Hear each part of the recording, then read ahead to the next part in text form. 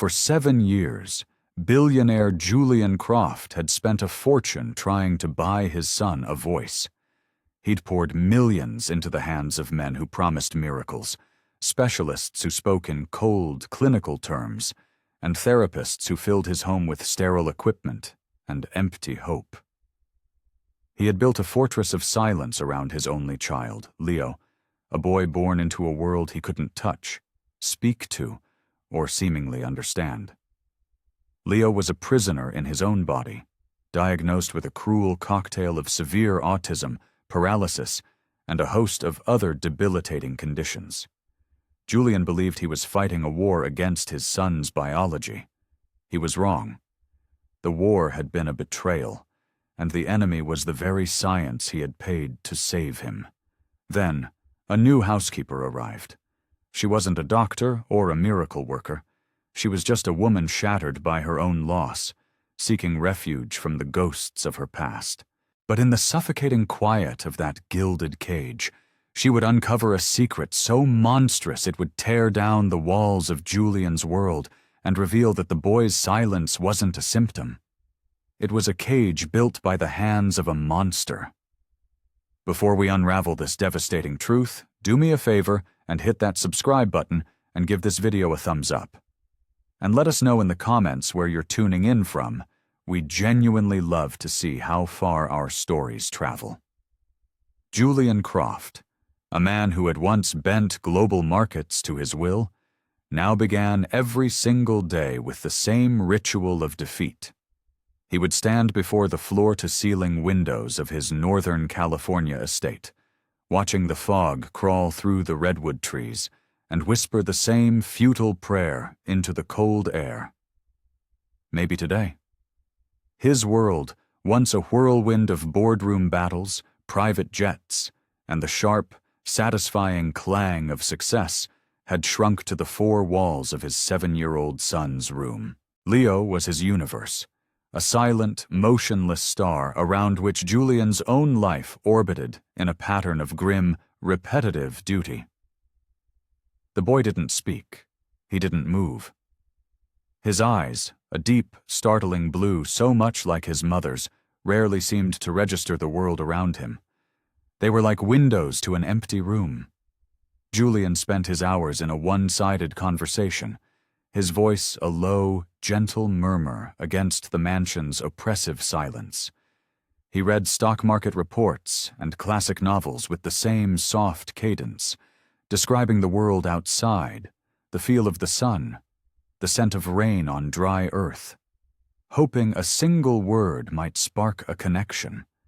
Each morning, a parade of nurses and therapists would march through the grand foyer, their faces set with professional optimism, their briefcases filled with the latest gadgets and methodologies.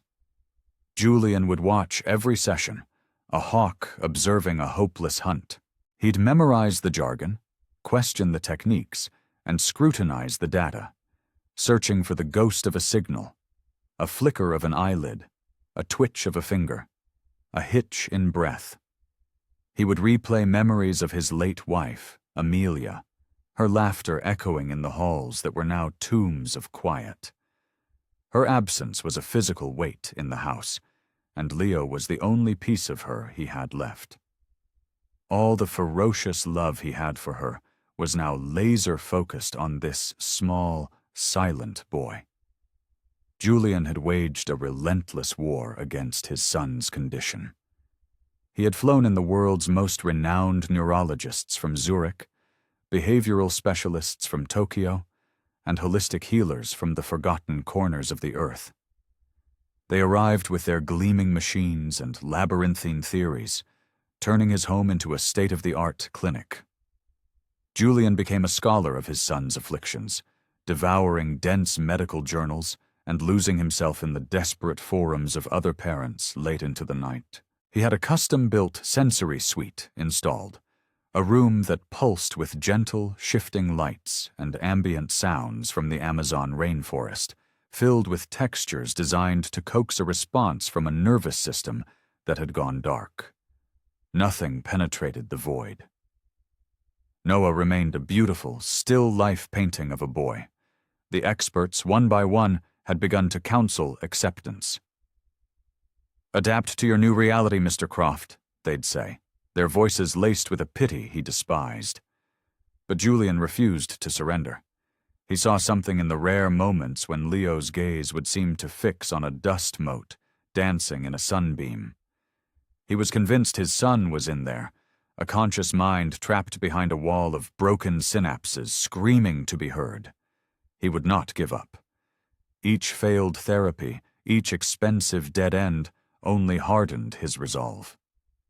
While others saw a tragedy to be managed, Julian saw a fortress to be breached. He would be the one to break through the wall and pull his son out into the light. The rhythm of the mansion was as rigid and unyielding as a hospital's. Julian rose before dawn, his first act to check the bank of monitors displaying Leo's vitals. He would then oversee the preparation of his son's nutrient-rich formula. Though Leo was fed through a gastric tube, Julian would sit by his bed and describe the taste of a fictional breakfast, of pancakes with maple syrup or strawberries fresh from the garden. He'd talk to him as he gently adjusted his pillows, clothed his limp body, and supervised the transfer to his therapeutic chair. The staff moved with quiet efficiency, executing a minute-by-minute schedule of physical therapy, auditory stimulation, and visual exercises. Julian was a constant, hovering presence at every session, a silent supervisor taking meticulous notes on a tablet. What music was played? At what volume? What was the exact temperature of the room? What color shirt was Leo wearing? He cataloged every variable, hunting for a pattern, a key that might unlock the prison. His life had been distilled to this single, all-consuming purpose. Friends from his old life had long since stopped calling, their invitations to galas and yacht trips fading into an irrelevant echo from another lifetime. He didn't care. His entire world was now this house, this boy. On the days when the hopelessness was a physical sickness in his stomach, when the sheer exhaustion threatened to shatter his composure, he would retreat to his study, lock the door, and allow the grief to break him. He would cry not for himself, but for the boy who would never run through the sprawling gardens, and for the wife who would never see him grow. Then he would wash his face with cold water, straighten his shoulders, and return to his post by Leo's side. His love for his son was a fierce, desperate thing, growing more potent with every unanswered word. He would tell Leo stories of Amelia, of how they met, of her wild, infectious laugh. He'd project old home movies onto the wall, filling the room with her vibrant image, hoping the sight of her, the sound of her voice, might stir something deep within their son. At night, he would sit by Leo's bedside and read poetry aloud, his voice a low anchor in the vast, silent ocean of the night. His belief was his only fuel. He knew, with an unshakable certainty that defied all medical evidence, that his son was in there, and that belief kept him going, day after grueling, silent day. The pain of not knowing if he would ever reach him was a constant fire, but his love was the stronger flame. He would keep trying, without rest, without reward, because he still believed.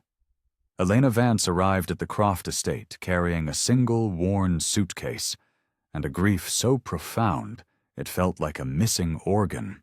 Just a year earlier, she had buried her own 4-year-old son, a boy born with a fragile heart that had simply given up. The loss had hollowed her out, leaving her adrift in a world that had lost its color. In an attempt to piece together some semblance of a life, she took a job as a live-in housekeeper for the reclusive billionaire, Julian Croft. The mansion was a masterpiece of modern architecture, all glass and polished stone, but it was as cold and lifeless as a museum. Everything was sterile, impeccably ordered, but devoid of a soul. There were no echoes of laughter, no stray notes of music, no scent of anything other than lemon-scented cleaner. From the moment she stepped through the massive glass doors, Elena could feel the sadness seeping from the very walls. The staff were ghosts, gliding through the cavernous halls with downcast eyes and hushed voices. Julian greeted her with a detached politeness, his eyes holding a deep, settled weariness. He laid out her duties with clinical precision, and then told her about Leo. Elena listened, her expression unreadable, and simply nodded. She didn't ask for details. She just wanted a task, something to occupy her hands and quiet the relentless chatter of her own sorrow. Her first weeks were a blur of quiet routine. She cleaned, she polished, she organized, her movements methodical and unobtrusive. The other staff members kept their distance, and Elena made no effort to bridge the gap. She sensed that this was a house where curiosity was not rewarded. The entire estate ran with the silent, joyless efficiency of a machine, and it was clear that its heart was broken. She was aware of Leo, the 7-year-old boy at the center of this silent world, but she made a point not to intrude on his care. The team of nurses and therapists handled him with a professional, almost robotic tenderness that made Elena's own heart ache. She simply observed from afar. Then, one afternoon, while dusting the leather-bound books in the 2-story library, she saw him up close for the first time. He was in a highly advanced reclining chair, his body perfectly still, his gaze lost somewhere in the middle distance. Elena paused her work, staying several feet away. She didn't offer a contrived, cheerful smile or a loud greeting. She didn't try to force a reaction. For a few long moments, she just stood there, respecting his silence, seeing not a diagnosis but a child. As the days bled into weeks, Elena found herself subtly altering her routines to be nearer to the room where Leo spent most of his time. She never tried to engage him directly. Instead, she would simply exist in his space, a calm and steady presence. She would talk to him in a low, conversational tone as she worked, narrating her simple tasks. She told him about the deer she saw on the lawn that morning, about the way the fog looked over the hills, about the funny-shaped potato she'd found while preparing lunch. She spoke of her own son, not in a sad way, but sharing little memories of the silly songs he liked, or the way he used to hide his toys. She never expected a response. The words were an offering, not a demand.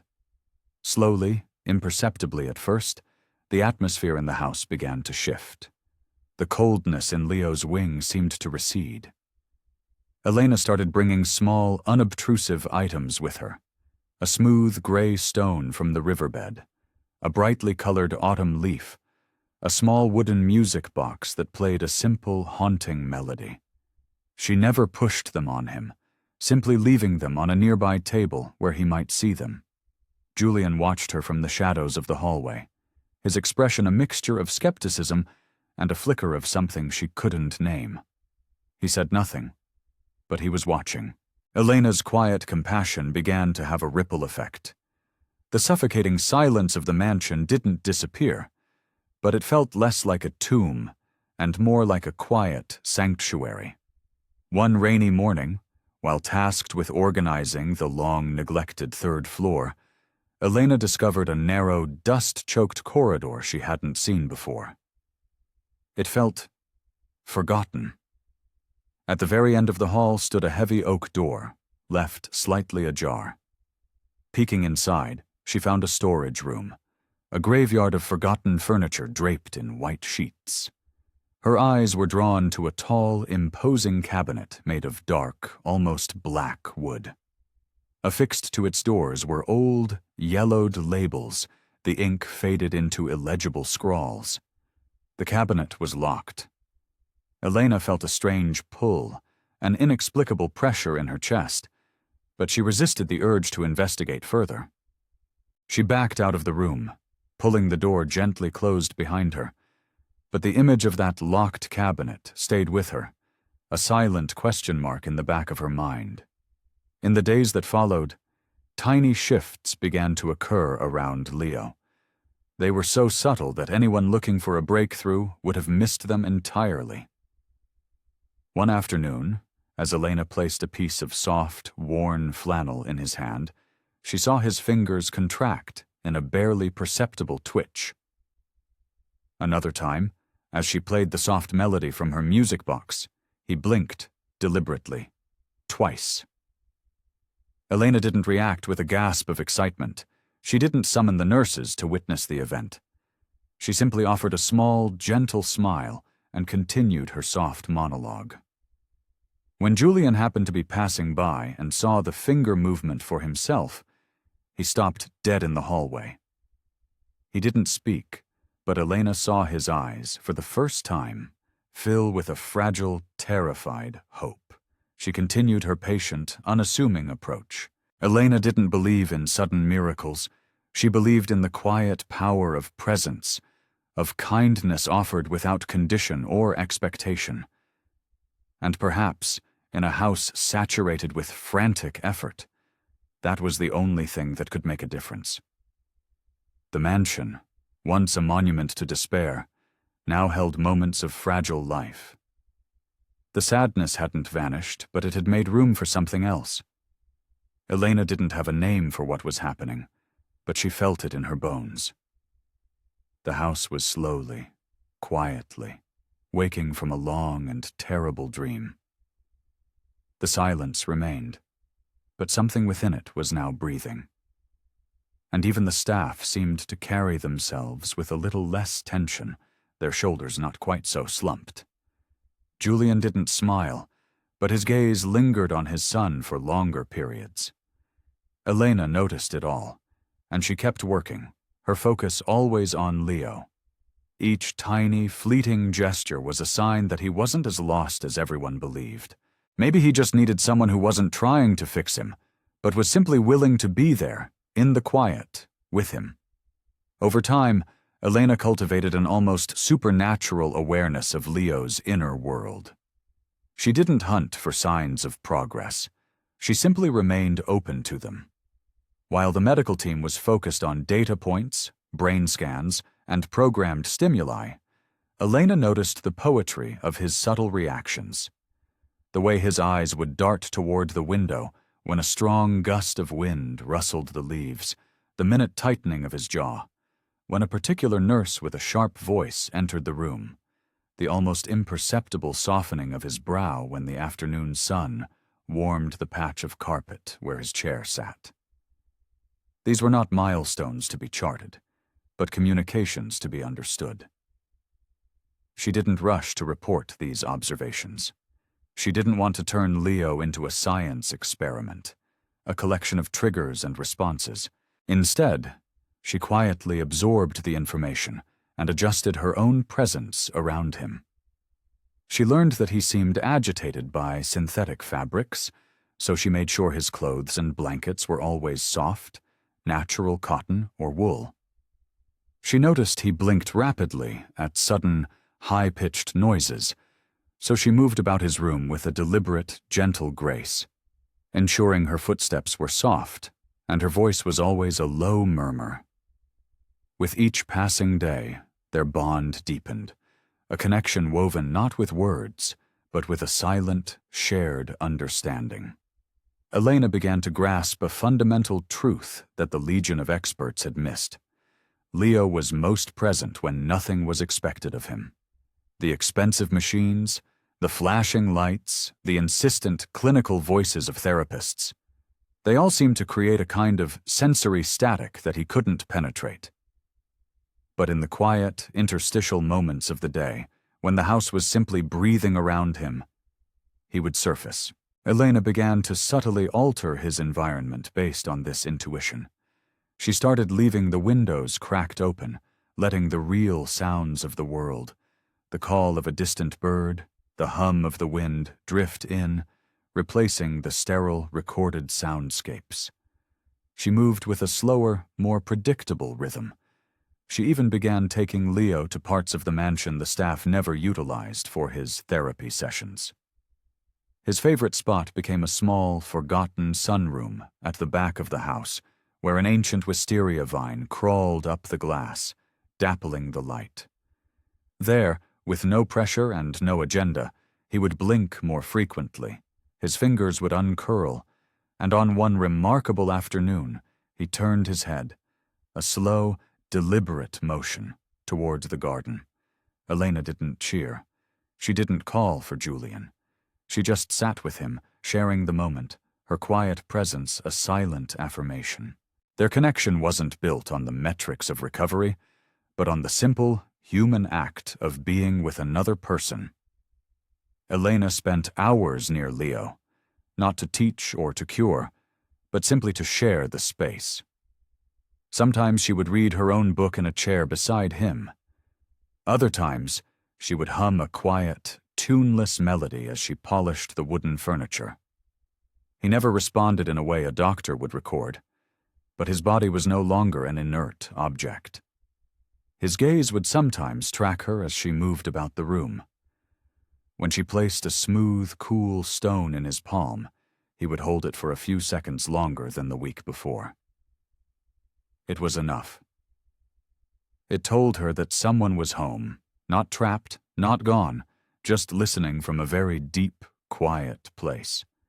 Elena came to understand that her purpose was not to fix this broken boy.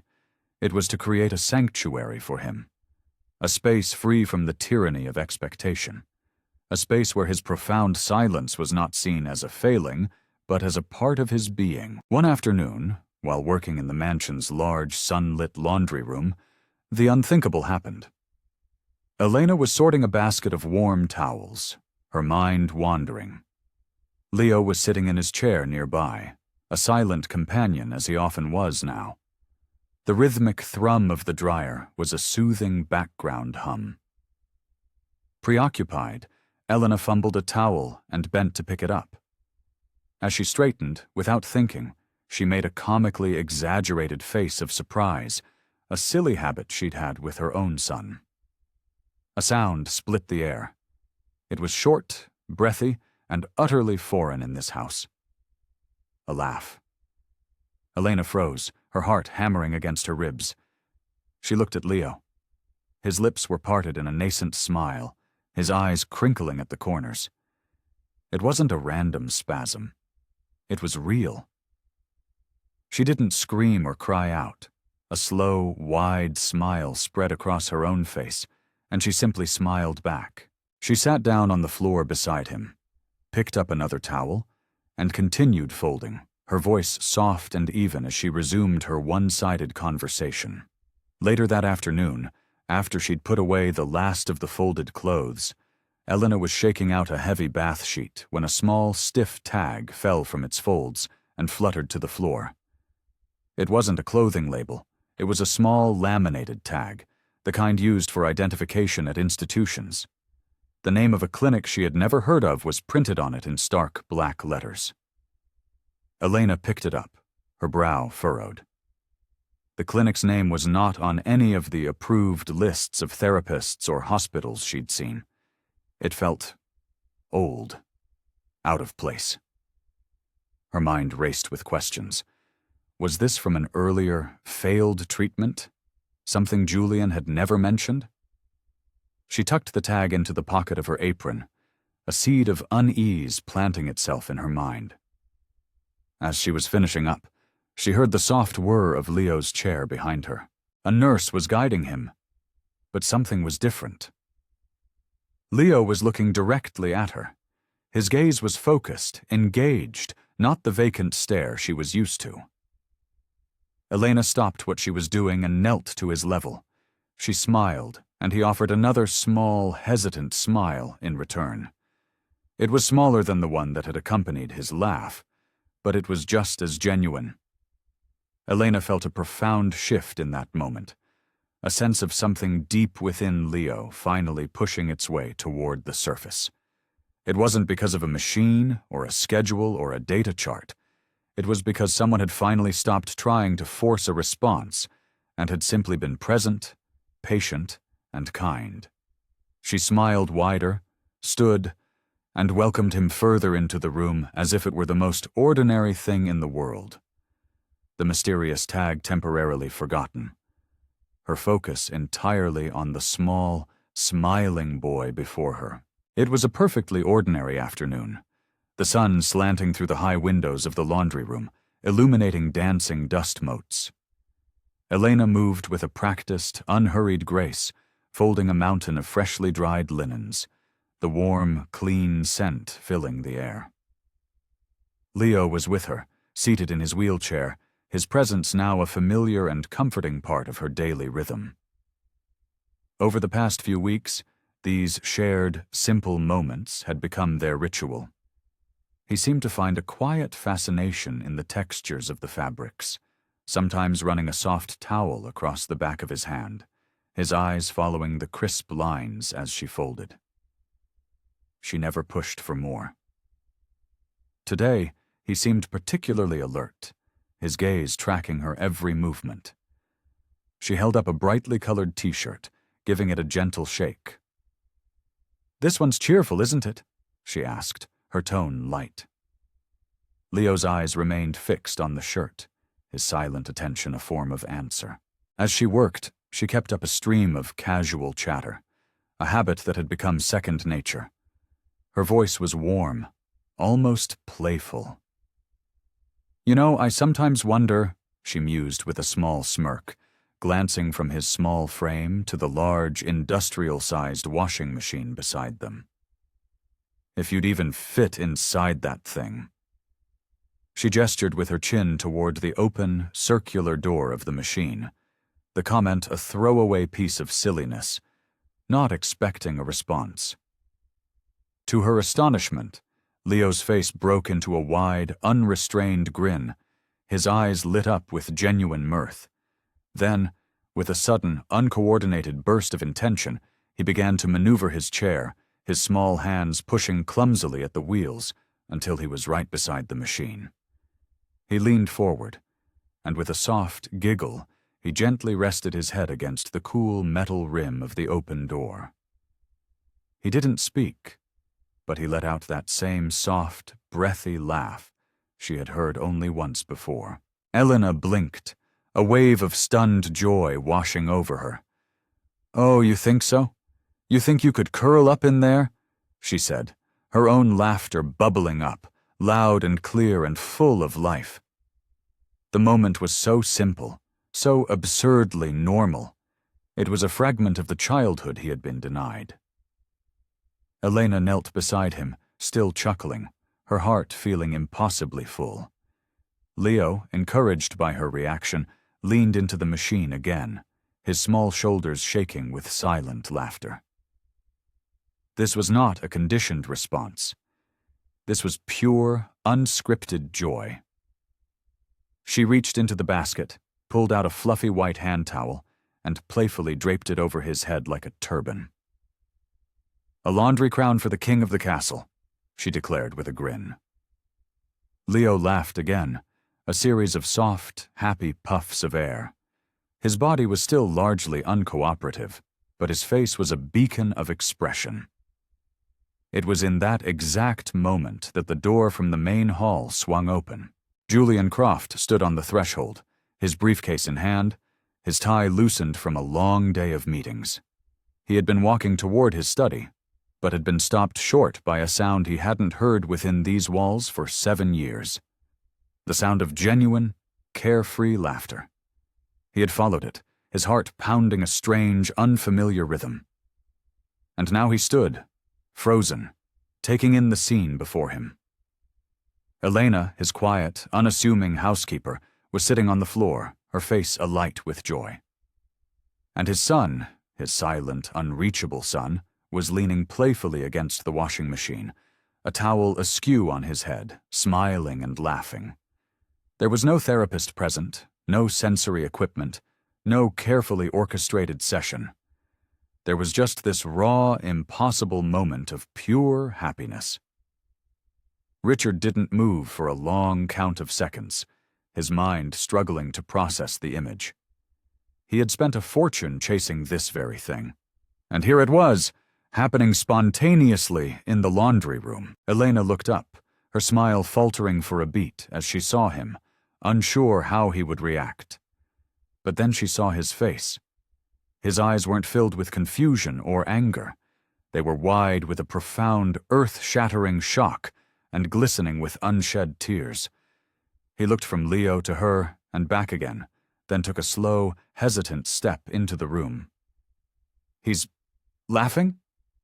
Julian's voice was a raw whisper, as if a louder sound might shatter the fragile reality of the moment. Elena nodded, her own eyes now moist.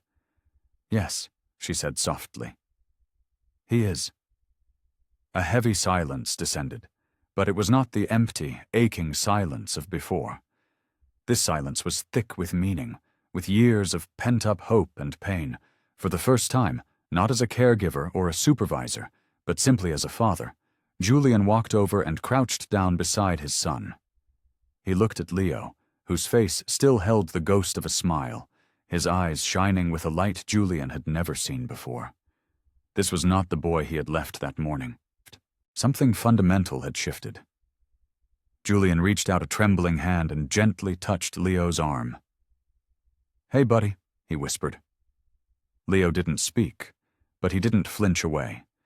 He held his father's gaze. That, in itself, was a miracle.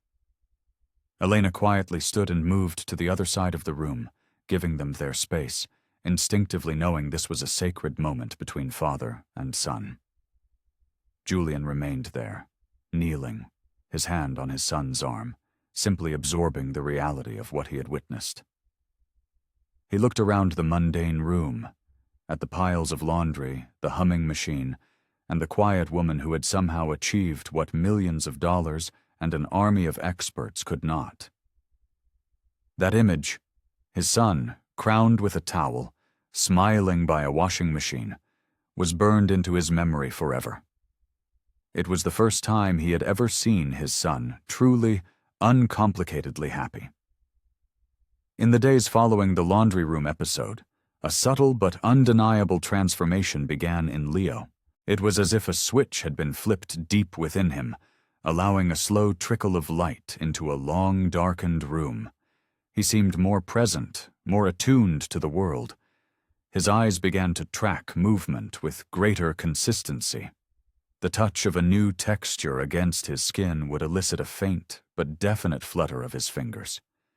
He started to make small vocal sounds, not words, but soft, breathy coos and murmurs that had been absent for years. Elena, ever patient, never pushed for more. She maintained their simple routines, her calm presence a steady anchor for him. Julian, however, was now a man awakened. He began to spend less time in his office and more time simply being with them, not as an overseer of therapies, but as a quiet observer, a student trying to learn the new language his son was beginning to speak. There was no grand pronouncement of a breakthrough, no celebratory calls to doctors. There were just these small, sacred moments of connection. Elena understood their fragility. She treated each new response with a gentle reverence, never startling him with excessive praise, creating a safe space for him to emerge at his own pace. On a late afternoon, with the sun casting long, golden fingers across the floor, Elena and Leo were in the laundry room again. The air was warm and smelled of clean cotton. The soft thrum of the dryer was a soothing metronome to the peaceful scene. Elena handed Leo a small, neatly folded washcloth. He took it, his grip still weak but more deliberate than before, and held it in his lap, his eyes studying its texture. Elena spoke to him in her usual calm, melodic voice, telling him about the different kinds of clouds she could see from the window. She was just sharing her world, not quizzing or testing him. Then, in a moment of quiet, as she turned to place a folded shirt on the table, she saw Leo's hand lift.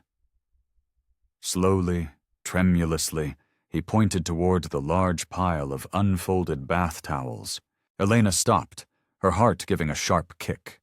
She knelt beside his chair. "What is it, sweet boy?" she asked softly. Leo looked from the pile to her face, his brow furrowed with effort. And then, in a voice that was barely more than a breath, a faint, raspy whisper, he said, "Towel." The single word hung in the air, a perfect, impossible jewel. Elena's entire being soared, but her expression remained serene. She looked at him, her eyes soft and encouraging. "Yes," she affirmed gently, pointing to the same pile. "Towels." She kept her voice even, her reaction warm but not overwhelming. She would not let him feel the crushing weight of this momentous occasion. Leo held her gaze for a few seconds, as if gauging her reaction, then looked back at the pile, a flicker of satisfaction on his face. Elena simply sat with him, letting the moment settle, knowing what had just transpired. It wasn't just a sound. It was a bridge. It was Leo, reaching across the silent chasm, choosing to connect. Julian was walking back from the garden when he heard the faint murmur of voices. He couldn't distinguish the words, but the cadence was different from Elena's usual monologue. He quickened his pace, a knot of anxious hope tightening in his chest. When he pushed open the laundry room door, the scene looked ordinary enough. Elena on the floor, Leo in his chair, but the atmosphere was electric. "Is everything all right?" he asked, his voice tight. Elena looked up, a slow, radiant smile transforming her face. She nodded.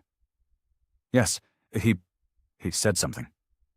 Julian felt the floor drop out from under him. "What? What did he say?" She rose slowly, her movements deliberate, keeping her focus on Leo. "He said towel. He pointed, and he said it." Julian strode forward and knelt before his son, his expensive suit trousers creasing on the tiled floor. "You said towel, Leo?" he asked, his own voice cracking with an emotion so powerful it threatened to choke him. Leo looked at his father, his expression calm, and offered no reply, but that was okay. Julian took his son's small, limp hand and enclosed it in both of his own. Tears he hadn't allowed himself to shed for years streamed freely down his face. He didn't speak either. The shared touch, the shared gaze said everything. It was the first word he had ever heard his son speak. 7 years of silence, of desperate effort, of praying to a God he no longer believed in. All of it had led to this. One whispered word. He didn't press for another. He didn't turn it into a test. He just knelt there, holding Leo's hand, letting the monumental reality of the moment wash over him. Elena remained in the background, slowly continuing her folding, her quiet activity a grounding force, preventing the moment from becoming too intense. She understood that progress was like a timid fawn. Too much sudden movement would scare it away. Overreaction would reintroduce the pressure that had kept Leo locked away for so long. Finally, Julian wiped his face on his sleeve and looked at Elena, his eyes raw with gratitude. "Thank you," he whispered. It was all he could manage, but it was enough. She simply nodded, a universe of understanding passing between them. The house was still quiet that evening, but the quality of the silence had changed forever. It was no longer an absence. It was a space waiting to be filled. Richard didn't retreat to his study or his phone. He stayed with Leo, sitting on the floor, simply being present. And though Leo spoke no other words that night, he watched his father, and when Elena brought him his evening blanket, he smiled. They had learned the most profound lesson. The biggest miracles often arrive in the quietest of whispers. This wasn't a cure, it wasn't an ending, but it was, without a doubt, a beginning. That one soft word had unlocked a door, and for the first time, Richard felt a genuine, unadulterated hope. The road ahead was still an unknown country, but they were no longer lost in the wilderness. They had found a path. One morning, tasked with finally sorting through the long-neglected office, Elena found herself surrounded by the relics of Julian's former life. It was a space frozen in time, filled with awards, framed photographs of a smiling Amelia, and stacks of business journals. Julian rarely entered it now. It was a ghost of the man he used to be. As she methodically worked her way around the large mahogany desk, wiping away a thin layer of dust, she found one of the drawers was locked tight. A flicker of curiosity, the same feeling she'd had in the upstairs storage room, sparked within her. After a few minutes of searching, she found a small, ornate key tucked away in a pen holder at the back of the desk. She slid it into the lock, and with a soft click, the drawer opened. Inside, there was only one thing: a thick, leather-bound folder embossed with the words, "Leo Croft, Private."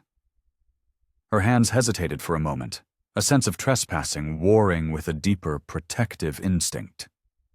She sat in Julian's large leather chair and carefully opened it. The file was a dense collection of medical records, chronologically organized. The first few pages were standard: neurological exams, physical therapy assessments, lists of prescribed medications. But as she delved deeper, the clinical language began to take on a sinister tone. Phrases she had never seen before leaped from the page: restraint protocol, behavioral suppression therapy, emotional containment strategy. She read about powerful antipsychotic and sedative medications being used off-label, prescribed in dosages that seemed terrifyingly high for a small child. She found notes detailing long sessions of what was termed neutral zone isolation, hours spent leaving Leo completely alone in a stimulus-controlled room, a practice designed to extinguish non-compliant behaviors. Her blood ran cold. Her eyes scanned the pages faster now, a sickening dread building in her stomach. One report, written by a Dr. Howard Levitt, described Leo's infant crying and resistance to therapy as erratic and oppositional, which was followed by a recommendation to increase dosage and implement corrective containment. Elena felt a wave of nausea. These weren't treatments. This was torture. This was a systematic, clinical process of breaking a child's spirit, of silencing him not through healing, but through brute psychological force. She pushed the folder away, her hands trembling, trying to reconcile the image of the loving, desperate Julian she knew with the man who had allowed this to happen. She pulled out her phone and typed the doctor's name into the search bar. Dr. Howard Levitt.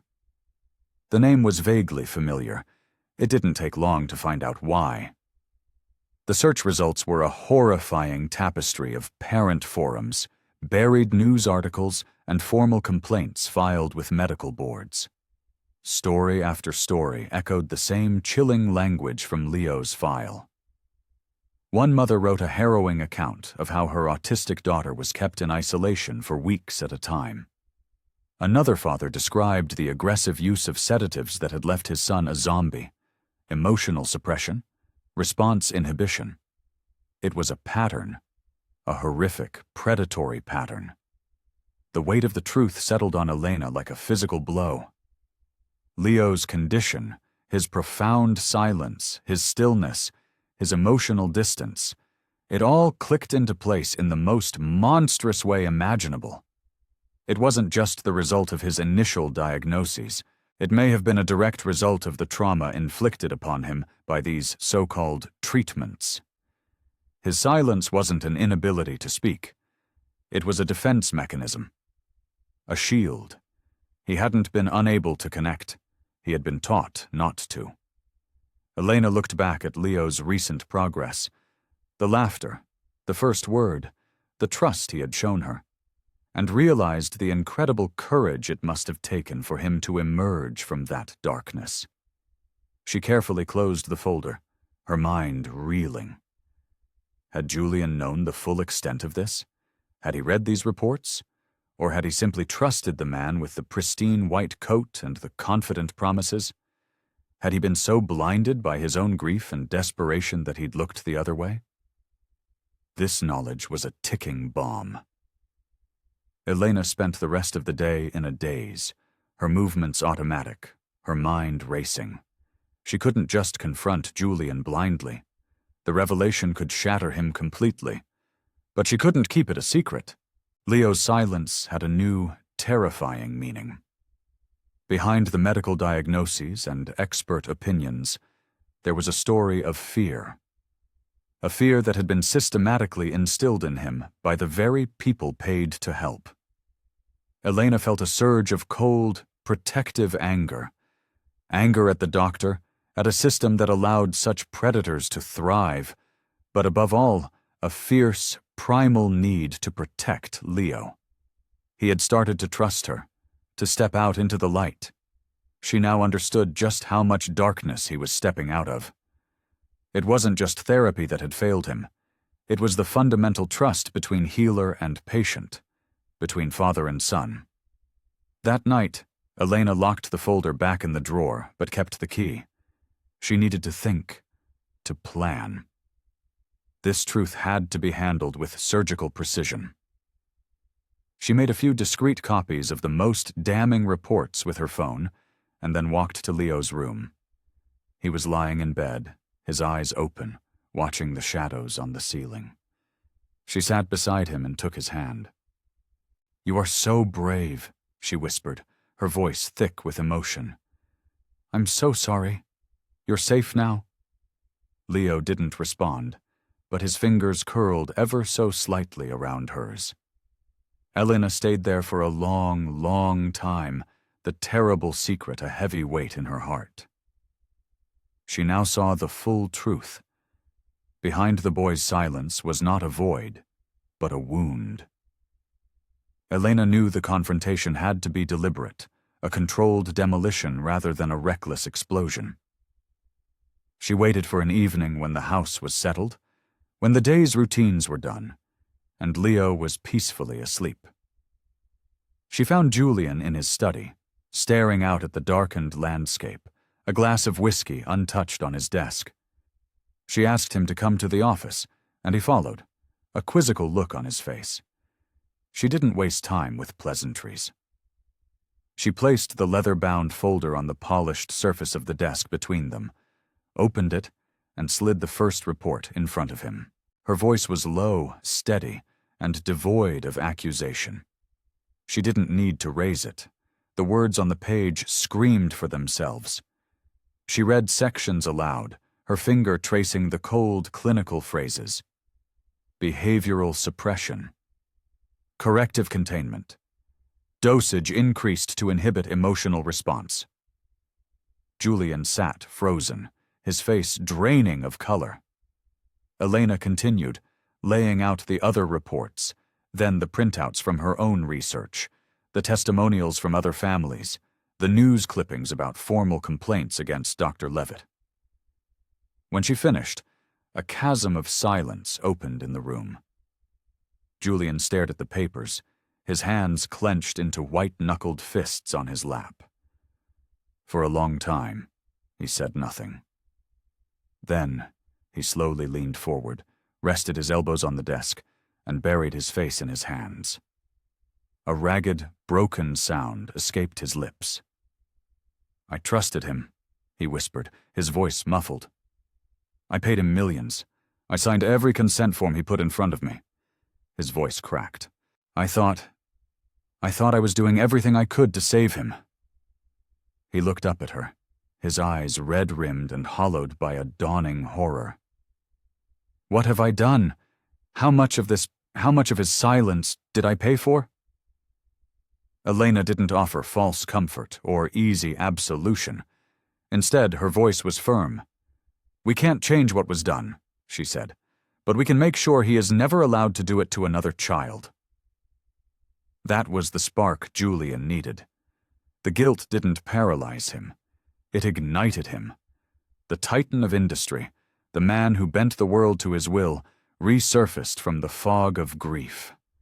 He stood up, His jaw set. "You're right," he said, his voice now steely with resolve. "Help me. We'll burn him to the ground." The next few weeks were a blur of focused activity. Julian's grief transformed into a cold, calculated fury. He and Elena worked side by side, poring over every document, creating a timeline of Dr. Levitt's treatments. Julian's immense resources were unleashed. He hired a team of the most ruthless medical malpractice lawyers in the country. He engaged a private investigator to dig into Levitt's past. Elena, meanwhile, became the compassionate heart of the operation. She reached out to the other families from the forums, her gentle voice and shared understanding convincing them to speak up, some for the first time. She created a safe, confidential channel for them to share their stories, building a chorus of voices that could no longer be ignored. Julian also contacted a Pulitzer Prize-winning investigative journalist he knew, offering her the story with no strings attached, along with a mountain of irrefutable evidence. While this storm gathered on the horizon, a quiet peace was settling over the mansion. Unburdened by the secret and united in their new purpose, Julian and Elena created an even safer haven for Leo. The change in Julian was profound. He stopped seeing his son as a problem to be solved and started seeing him as a person to be known. He would spend hours on the floor with Leo, not trying to elicit a response, but simply being present, listening to the rhythm of his breathing, learning his subtle cues. And Leo, in this new atmosphere of unconditional acceptance, continued to blossom. Words began to surface more frequently, small, precious stones unearthed after a long winter. "Cup," he'd say, reaching for his drink. "Light," he'd whisper, pointing at the lamp. Elena celebrated each one with a quiet smile, never making him feel like he was performing. The pressure was gone, and in its place, patience bloomed. Leo's facial expressions became more varied, his eyes more focused. He began to initiate contact, reaching out to take Elena's hand, or leaning against Julian's leg when he sat nearby. Julian no longer looked at his son through the distorted lens of what was missing. He saw what was there: a resilient, courageous boy who was finding his way back from a profound trauma. The house itself seemed to breathe easier. The remaining staff, sensing the shift, became warmer, more relaxed. The rigid schedules gave way to a more fluid, responsive routine dictated by Leo's needs and moods. The mansion was finally transforming from a sterile clinic into a home. The evidence against Dr. Levitt mounted into an undeniable avalanche. The journalist was ready to publish. The families were ready to speak. The lawyers were ready to file. Richard and Elena stood at the precipice, ready to expose the darkness. One evening, as Richard was reading a simple picture book to Leo, his son reached out, placed his small hand on Richard's cheek, looked him directly in the eye, and said, with perfect clarity, "Dada." Richard didn't weep this time. He just closed his eyes, leaned into his son's touch, and felt a sense of peace settle over him for the first time in 7 years. They were no longer victims of the past. They were survivors. And together they were finally, truly, moving forward. The journalist's exposé landed like a bombshell on a quiet Monday morning. The headline was stark, unforgiving, accompanied by a cold, professional photo of Dr. Howard Levitt. The article was a masterclass in investigative reporting, weaving together the damning evidence from Leo's files, Julian's powerful testimony, and the heartbreaking anonymized stories of a dozen other families. It detailed Levitt's methodology of behavioral suppression, the financial incentives, and the shocking lack of oversight from medical boards. Within hours, the story went viral. The initial online article was followed by segments on national news programs. Radio talk shows buzzed with outrage. The story of the silent billionaire's son, and the monstrous doctor he had trusted became a national scandal. Elena, though hesitant to step into the spotlight, agreed to a single, carefully controlled interview. She spoke not as a hero, but as a witness, her quiet dignity and fierce compassion for the children making her testimony incredibly powerful. Julian stood by her side, his presence lending an undeniable weight to their claims. He spoke with a raw, painful honesty about his own desperation and guilt, turning his personal tragedy into a public warning about the dangers of blind faith in authority. Their story opened the floodgates. Dozens more families came forward, their stories eerily similar to Leo's. A class-action lawsuit was formed. The medical board, facing immense public pressure, had no choice but to act swiftly. Within 2 weeks, Dr. Levitt's medical license was summarily suspended pending a full criminal investigation. News cameras captured the moment a notice was posted on the locked glass doors of his pristine clinic. A small crowd of parents, some crying, some holding signs, stood watching. Julian and Elena watched the broadcast from their living room, Leo playing quietly on the floor between them. It wasn't a moment of triumph or celebration. It was a moment of solemn, heavy justice. The silence had been broken, not just for Leo, but for all the children whose voices had been systematically extinguished. In the aftermath, life within the mansion was irrevocably transformed. The cold, architectural marvel had finally found its soul. The heavy doors were often left open to the gardens, and the sound of wind chimes replaced the hum of medical equipment. Laughter, once a foreign sound, became a daily occurrence. Elena, no longer just a housekeeper, had become the heart of their small family. Julian spent his days not in boardrooms, but on the floor with his son, building elaborate towers of blocks and marveling at the vibrant, abstract worlds Leo created with his crayons. Leo was now a different boy. His verbal vocabulary was still growing, but his nonverbal communication was rich and expressive. He used gestures, facial expressions, and a unique lexicon of sounds to make his needs and feelings known. He loved the feel of finger paint, the scent of fresh-cut grass, and the taste of raspberries. His progress wasn't measured by clinical charts anymore. It was measured in moments of joy. Elena kept a small journal, not of his medical data, but of his new words, his funny drawings, his discoveries.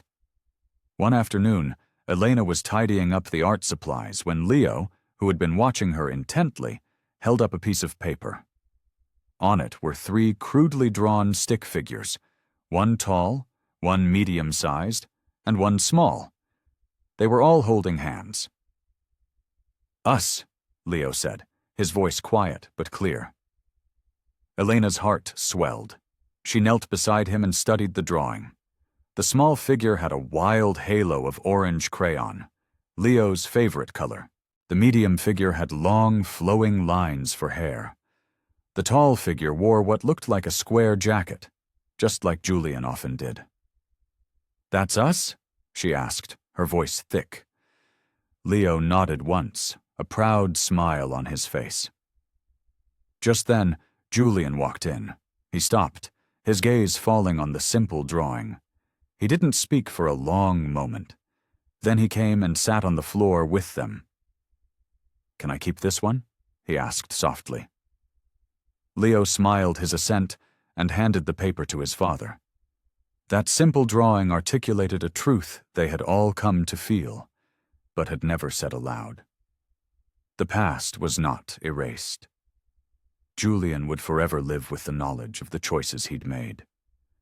Elena would always carry the quiet grief for the son she had lost, and Leo would bear the invisible scars of his early years. But they were no longer defined by their pain. They were defined by what they were building together. Julian no longer saw Elena as the woman who had saved his son. He saw her as the woman who had saved them both. She wasn't just part of their story. She was part of their life. They were a family, forged not by blood, but by a shared journey through the darkest of valleys. Leo continued to heal, one small, steady step at a time. The house was now calibrated to his rhythm. Nothing was ever rushed. Recognizing the profound and unbreakable bond between Elena and his son, Julian made a decision. With a clear heart, he petitioned the court to make Elena Leo's legal co-guardian. It was not an abdication of his fatherhood, but an acknowledgement of the reality they had built. She was the one Leo trusted implicitly, the one whose presence was his safest harbor. Their partnership in raising him was seamless, built on mutual respect and a deep, shared love for the boy. One afternoon, while they were sitting on the floor surrounded by toys and books, Leo looked at Elena, touched her hand to get her attention, and said, with quiet certainty, "Mama." The word was so natural, so right. Elena froze, the breath catching in her throat. She didn't want to startle him, so she simply nodded, a single, perfect tear tracing a path down her cheek as she smiled. Later, alone in the hallway, she allowed the rest of the tears to fall. Tears not of sadness, but of a joy so profound it was almost painful. Julian, too, had changed. He had learned to listen, not just with his ears, but with his heart. He knew which songs calmed Leo, which foods he disliked, and when he was becoming overstimulated and needed quiet. He had finally learned to be the father his son needed, not the fixer he thought he had to be. Then, on a day that seemed like any other, something extraordinary happened. Elena was shelving some old books in the library when Leo approached her, holding a dusty, yellowed envelope. "In book," he said, pointing to a thick volume of poetry left open on the couch. Elena took the envelope. The handwriting on the front was elegant and feminine. Julian, entering the room, stopped dead in his tracks. That's Amelia's handwriting," he whispered, his voice trembling. It was a letter from Leo's mother, a ghost from the past. Leo held the envelope out, not to his father, but to Elena. "Read," he instructed softly. The three of them sat on the couch, a silent tableau of past, present, and future. Elena carefully opened the fragile envelope and unfolded the letter inside.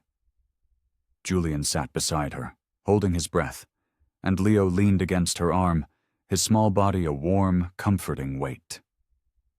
With a steady voice, Elena began to read Amelia's words. It wasn't a letter of despair or fear. It was a letter of profound, intuitive wisdom. She wrote of her hopes for her son, not that he would be cured, but that he would be loved for exactly who he was. She warned against those who would try to fix him with cold logic and harsh methods, urging that he be surrounded by patience and protected from the weight of expectation. "Let him be who he is," Elena read, her voice cracking slightly, "not who others want him to be." Richard bowed his head, the words a painful indictment of the path he had taken, born of desperation. The letter was a message from the past, a guide he had failed to see. When Elena finished, a heavy, meaningful silence filled the room. This letter, discovered by the son she had so fiercely loved, had arrived at the precise moment they were all ready to hear its message. It wasn't an ending. It was a validation. It wove together all the threads of their story. Leo's silence, Julian's mistakes, Elena's quiet healing, into a single coherent whole. The house that was once a prison of silence had become a sanctuary of love. Later that evening, the drawing of the three stick figures was now framed and hanging in the main hallway. Leo stood before it, looking up at the simple image with a confident smile. Julian and Elena stood behind him. He turned to them, his expression clear and bright. He pointed to the drawing and then to the three of them. "My family, he said, his voice stronger and prouder than they had ever heard it. The two simple words held the weight of their entire journey. It was a declaration of identity, of belonging, of a love that had not just survived but had been forged in the crucible of their shared past. Julian put his arm around Elena, and together they stepped forward, each placing a hand on Leo's shoulder. In the quiet of the hallway, with the echoes of a mother's love still fresh in the air, their family was finally completely whole. We've reached the end of our story, and if you've made it this far, I want to thank you from the bottom of my heart for joining us on this journey. It means the world to us. Let us know in the comments what part of this story resonated with you the most. And please don't forget to subscribe to the channel for more stories that touch the heart. We'll see you next time.